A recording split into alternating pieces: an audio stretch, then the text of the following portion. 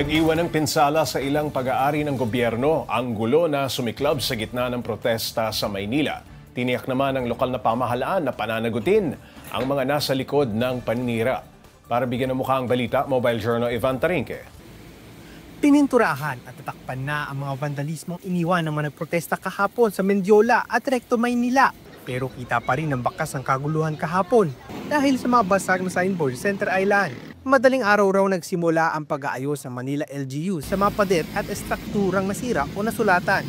Nasa likuran ko ngayon si Kuya na naglilinis ng mga in-spray paint sa mga gates na ito ng isang paaralan dito sa Maynila. All those damages, government properties, lahat ng na-apprehend will be charged. I will make sure that they will pay the price. Ayon sa NCRPO, mahigit 100 sospek ang naaresto sa naganap na riot sa Ayala Bridge at Mendiola. Nasa 130 naman na kapulisan ang nasugatan habang hinaharang ang mga nagpaprotesta. Patuloy namang inaalam ng Manila LGU ang kabuuhang halaga ng mga napinsalang kagamitan. Masyadong malaki yung damage na ginawa ng mga...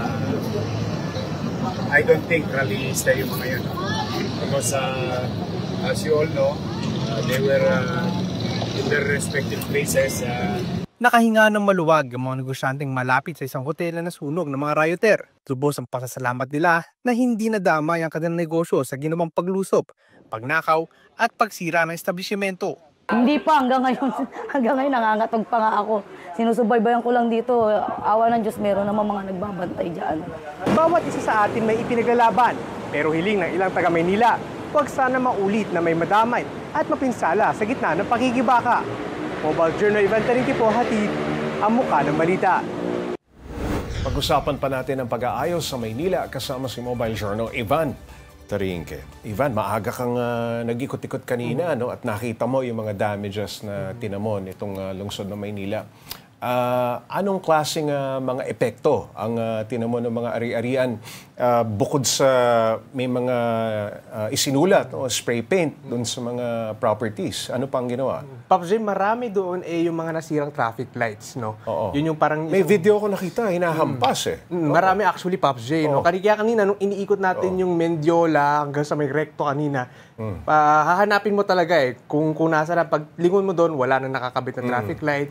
Kasi yun nga, nabasag na, nasira na. And yun yan, marami nag-viral online no, na talagang pinupuntirya yung mga gamit na ito. Meron pa nga, Pops J, yung isang street lamp no, na sa may Center Island, itinumba. No? So nakatumba yun kanina, nandun pa rin sa may Center Island, nakatumba pa rin. And talagang hindi magalaw muna. Aside from that, Pops J, yung isang sa may harapan ng isang eskwelahan sa may Maynila, may mga railings kasi doon. So yun yung nagdi-divide sa mga sasakyan. Pagdating natin doon kanina, bungi na. Wala na halos yung mga natira doon. Plus ito, Pops J, yung mga signages na vandalized. Pero face na lahat. Tama ka dyan, Pops J. Pero kanina naman, naabot naman natin, nililinis na, tinatanggal na yung mga vandals na nakalagay sa pader, Pops J. Okay, Ivan, paano raw pananagutin yung mga nanira? Tama ka dyan, Pops J. No? Sinigurado ni Yorme no, na papanagutin daw niya yung mga nahuli. Pero according nga kanina dun sa nakuha nating datos, no, galing ito dun sa Manila LGU. No? So, ang in-announce nila is 216 rioters. Yung kanilang nakuha, 127 adults at 89 yung minor. Yung 216 niya nangahabulin ng LGU ng Manila. Tama ka dyan, Pops J. Ngayon yung kanilang imbestigahan kung kasi siyempre i-verify ba nila. Hahanapin muna nila kung sila ba talaga yung nag-cause nung riots na ito, no, dahil kanina nga may mga nakita pa tayo, no, clips from MPD na maraming magulang yung nag-aantay doon sa Manila Police District nung kanilang mga kapamilya na nasama at na-aresto nga, Pops J. Okay, kamusta na ba, Ivan, ang Maynila the day after the protest, after ng protesta? Kanina, Pops J, mukhang ano na siya business as usual na. Okay. No? Dumadaloy na yung trapiko. Actually, kanina konti nga no? Which is very unusual kasi usually traffic dyan. Especially sa may bandang Recto, saka sa may bandang bandang Mendiola, no, Pops J. Pero kanina, maayos yung daloy ng trafiko, kalmado.